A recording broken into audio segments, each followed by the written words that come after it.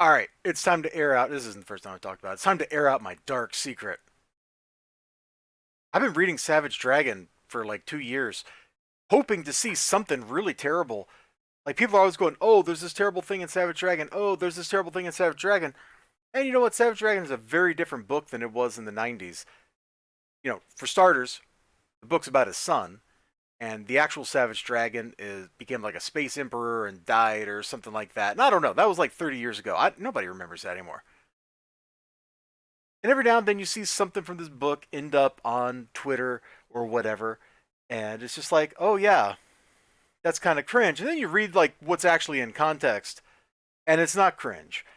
There was one where the silly cartoon characters were doing stupid stuff, and it's like those are silly cartoon characters, kind of like South Park characters that are just doing stupid stuff. Like it's not anything. Then you get like, oh, there's like somebody that was like really naughty or whatever, and it's like, yeah, okay, you're right, that happened. I don't think that's happened in a few issues. I don't even remember, man. I don't even remember when the previous issue came out. Like it's been that long, I think, since I've seen one of these. But finally got the kind of cringe we're talking about in here, and it just kind of dates the book really terribly.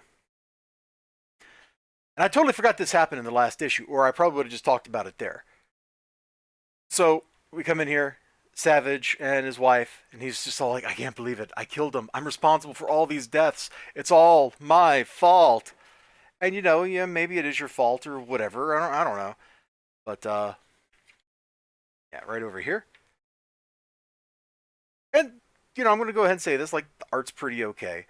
Uh I think Eric Larson used to draw better art than this. Is he even the artist on this? He must be, right? He must be. Let's look. Yeah, there's nobody credited with line art, so it's just going to be him, I guess. Uh, anyway, that's neither here nor there. And so over here, there's like this whole page of these like very long vertical panels, and they're talking, and they're kind of recapping stuff from previous issues, like, oh, people that had COVID. Okay, God, you gotta get background. Okay, so his blood heals people when it's in like it transfused in them.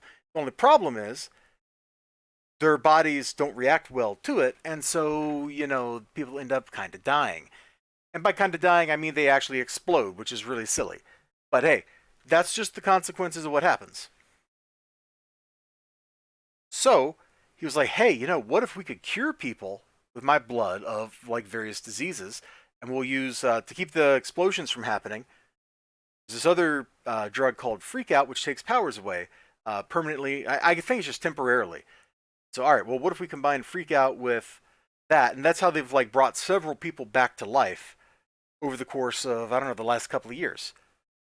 Well, apparently his blood causes COVID to super mutate, and then COVID explodes people. So even if somebody gets dosed with Freak Out, they still explode and die. And he kind of killed an entire hospital because his aerosolized blood with the aerosolized COVID bacteria virus in it kind of murdered everybody in the hospital. Yeah, it's it's pretty dang cringe. Like I get it, you want to be like hip and relevant, and Savage Dragon issue to issue is in pseudo real time. So about gosh, what 32 years, 31 years have elapsed in the universe since the start of the book, which hey, I'm going to go ahead and say this. Like, I give you props for that. Like, I give mad props. Somebody actually maintaining a timeline and not doing some weird, stupid sliding time scale where there's actually consequences and people don't generally just come back from the dead willy nilly. You got to respect that. Meanwhile, Shark Guy is like stalking the kids and they go to the beach and there's beach shenanigans and, fun stuff and all that.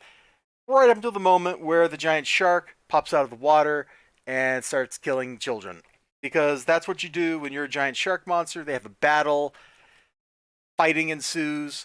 It's pretty typical for Savage Dragon. Like, it's a competently constructed fight sequence. Nothing that's going to make you go, oh, that's the most amazing thing ever. It's gory and bloody.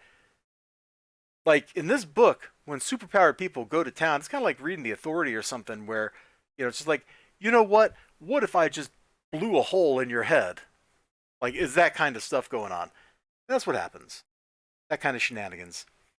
So anyway, I had to come in here, and I really should have found like the previous issue, but I have no idea where it is, so I would never find it. But just kind of like that cringe of, yeah, here's the major plot point for what's going on in the last few issues of this book. So now you know my dark secret, which wasn't actually a secret because I've talked about reading this before on my new comic book day streams. I keep hoping it's going to be really, really bad instead of just kind of being like, okay, whatever. People take stuff out of context, make it look really bad, and it's never actually as bad as what people are saying. So I don't know. I don't know. That's just me. You all take care of yourselves. You have a great day, great night, great whatever you got going on. Hope to see you again next time. Bye bye.